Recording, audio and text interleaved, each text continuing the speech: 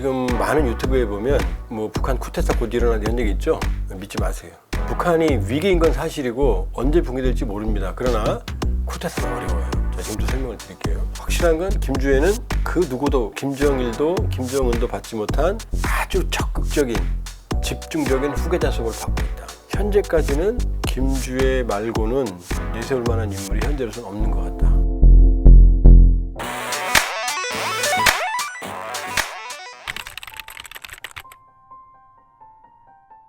지금 많은 유튜브에 보면 뭐 북한 쿠데타 곧 일어나는 이런 얘기 있죠? 믿지 마세요.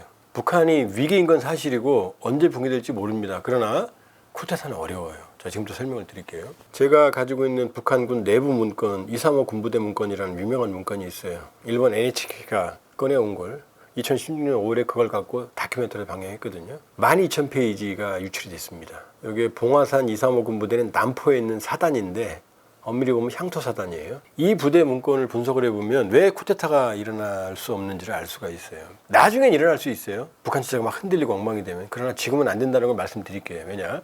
자, 거기에 보면 김정일 사망이 2011년 12월 17일 날 죽었거든요. 근데 보도는 12월 19일 날 낮 12시 중대 특별 보도로 나오거든요. 그때 235 군부대 사단 안에 수백 명을 사찰한 자료가 거기 들어 있습니다. 자, 사단장 강영모 제목이 사상동향 자료예요. 북한은 군인이 있고 이건 총참모부라 그래요. 총정치국이 또 따로 있어요. 군대 안에. 이건 감시하는 사람들이에요. 이 사람들이 감시한 내용이 있어요. 뭐라고 되는지 아세요? 사단장 강영모는 중대 보도를 청취하고 예를 들어서 근데 정확히는 어디는 기억 못합니다만 5분간 통곡을 하고 창밖을 바라보다가 뭐라고 말을 했다라고까지 행동까지 분초까지 다 기록이 돼 있어요. 이게 어디까지 가 있느냐? 대대장, 중대장, 소대장, 일반 상점 판매원까지 기록이 다 돼 있어요. 그러니까 누군가 어디선가 계속 보고 있는 거예요. 자, 이걸 감시하는 게 정치위원이거든요. 이걸 감시하는 게. 이 정치위원은 또 다른 사람 또 감시했어요. 정치위원 누구는 점심도 저녁도 걸으면서 눈물을 흘리면서 장례식 준비를 했다. 여러분들 회사에서 누군가 24시간 감시한다고 생각해 보세요.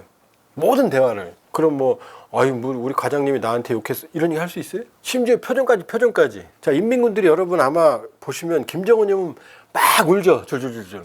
만세 이러죠. 자세히 보면은 형식적으로 하는 사람들이 있어요. 왜 그러는지 아세요? 눈물이 안 나는데도 막 소리를 쳐요. 실제 눈물 나는 사람도 있고. 왜냐? 어디선가 보고 있으니까. 사병 누구는 안 울었음. 손을 이렇게 했는데 건성으로 쳤음. 건성박수 쳤음. 장성택이 처형당한 사회 중에도 건성박수도 있어요.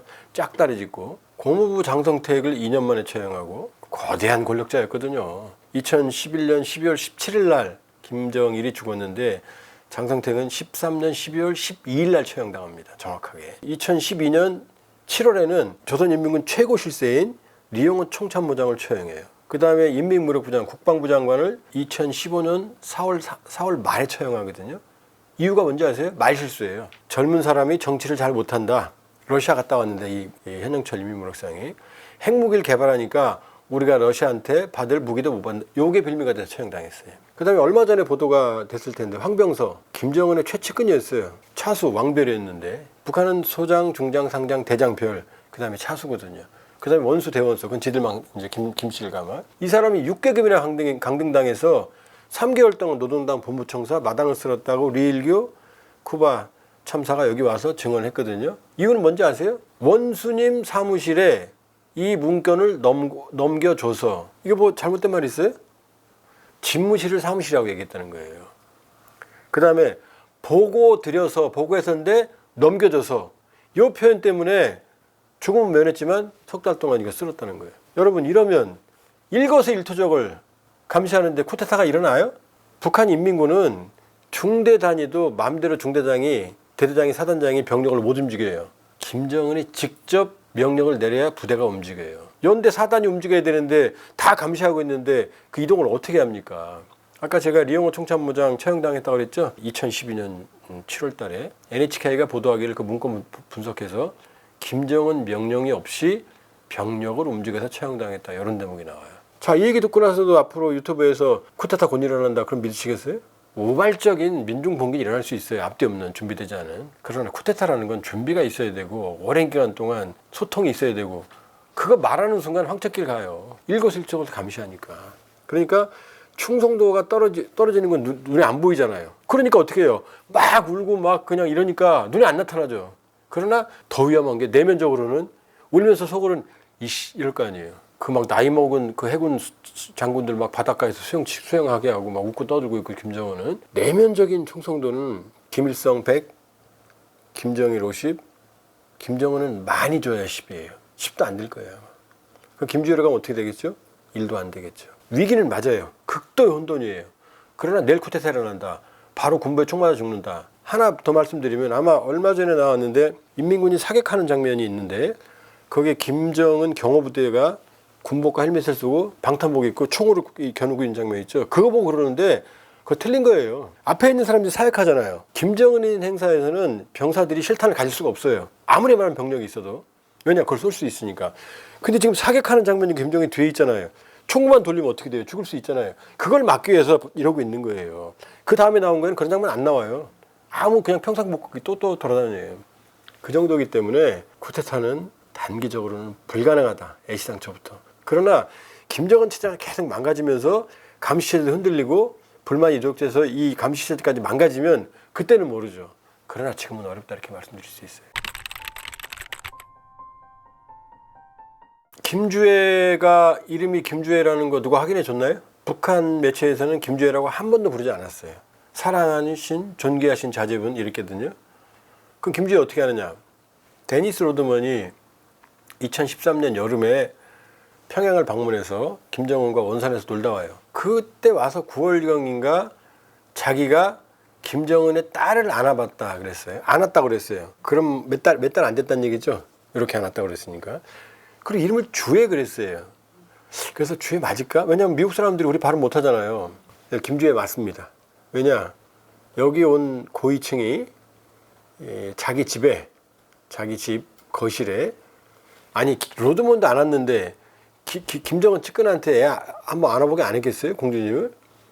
찍은 사진이 있고 뒤에 주애 공주님과 함께라고 써 있었답니다. 주애 맞고요. 한문으로는 주인주자 사랑했자 모든 사랑의 주인이다 라고 증거고요. 김주애가 2022년 11월 18일 날 ICBM 화성 17형 쏠 때 처음 나왔거든요. 깡총깡총 뛰면서. 그런데 그때만 해도 아무도 몰라. 저거 딸인가 봐. 놀랬죠. 그 뒤로 한 40번 나왔어요. 근데 그 중에 7, 80%가 다 군사 무기 관련이에요. 처음에는 깡총깡총했는데 지금 어떻게 해요? 언뜻 보면 리설주 같아요. 지금은 김주애에 대한 호칭이 조선의 샛별 여장군 이런 표현까지 나. 이거는 RFA가 보도했어요. 저는 확인을 못했는데 북한에서 별은 지도자를 의미합니다. 장군도 지도자를 의미해요. 그 다음에 위대한 향도 분들이라는 표현도 썼거든요. 위대한은 북한에서는 김일성 앞에, 김정일 앞에, 김정은 앞에만 써요.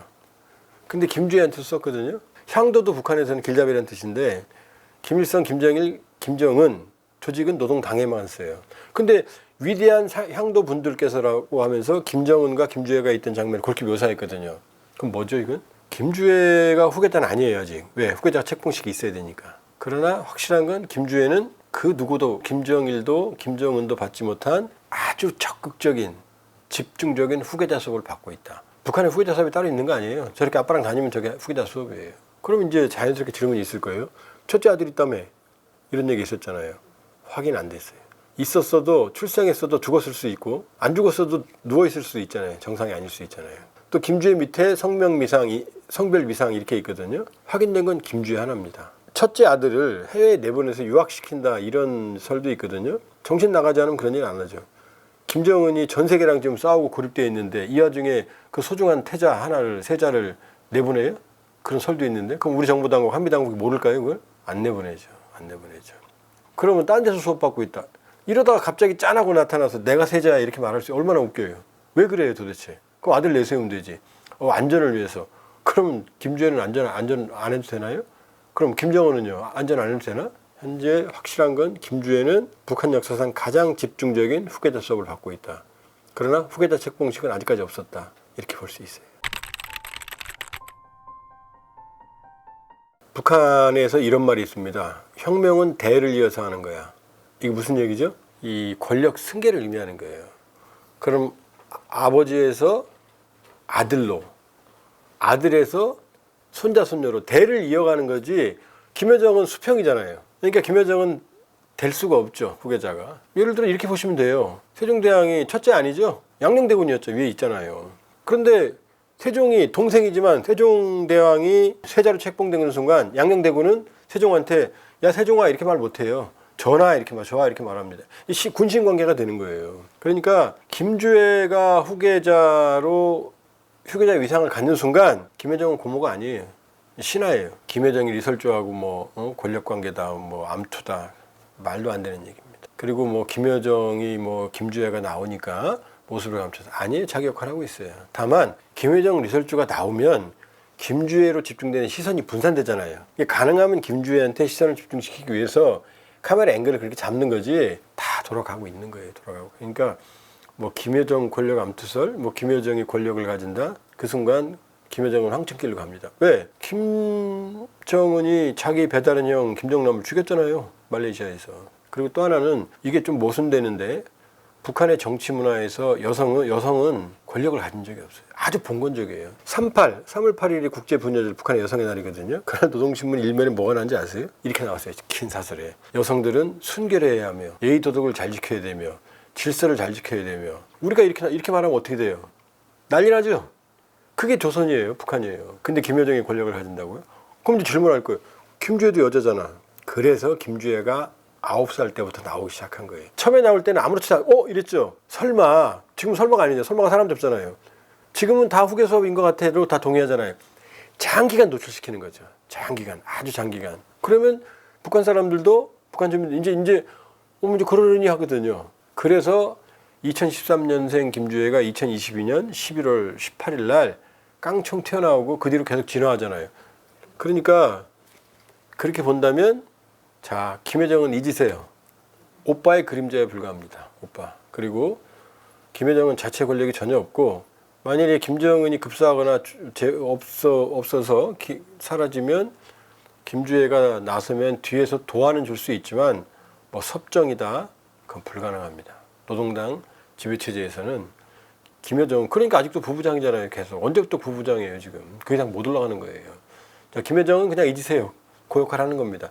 앞으로도 대남 담화 욕할 거고 오빠 수행할 거고 아무래도 여성이니까 김주애를 관리하는 이쪽에도 관여는 하겠죠. 그러나 여긴 또 누가 있어요? 엄마가 있잖아요. 리설주가. 아무래도 엄마는 왜냐 김정남 죽었잖아요. 김정은한테. 딸은 혹시 배다른 쪽으로 가게 되면 이쪽은 싹 죽으니까 리설주도 그걸 알죠. 어떻게든 자기 쪽으로 권력이 오게 하려고 엄마가 보이지 않게 피나는 노력을 하고 있겠죠. 그럼 여기서 또 하나 질문이 있어요. 이건 제가 틀릴 수도 있어요. 뭐 김정은이 뭐 기쁨조를 뽑고 어쩌고저쩌고. 전 그거 아니라고 봐요. 기쁨조가 있다면 거기서 아들 나왔으면 될 거 아니에요. 그런 여자 관계가 문란하다면 벌써 아들이 여럿 있을 거 아니에요. 여기저기. 그럼 아들을 중시한다면 그 아들을 내세우지 뭐하러 안 되는 김주애를 이렇게 힘들게 하겠어요. 김정은에게는 한이 있거든요. 자기 엄마가 첩이었거든. 고영이가. 김일성한테 인정을 못 받았고 본인도 김일성과 찍은 사진이 없어요. 한 장에. 원산에 살았어요. 그래서 고용이를 원산댁이라고 그랬어요. 그러니까 그 트라우마가 컸던 것 같아요. 그러니까 리설주 바로 데리고 나왔잖아요. 그리고 김주애 데리고 다니잖아요. 그러니까 나중은 어떨지 모르겠지만 현재까지는 김주애 말고는 내세울 만한 인물이 현재로서는 없는 것 같다. 제 판단입니다. 워낙 납집 많이 하니까 또 모르죠. 북한이 초보적인 수준의 핵무기는 가지고 있습니다. 그런데 핵잠수함을 대한민국 세계적인 조선 선진국이죠.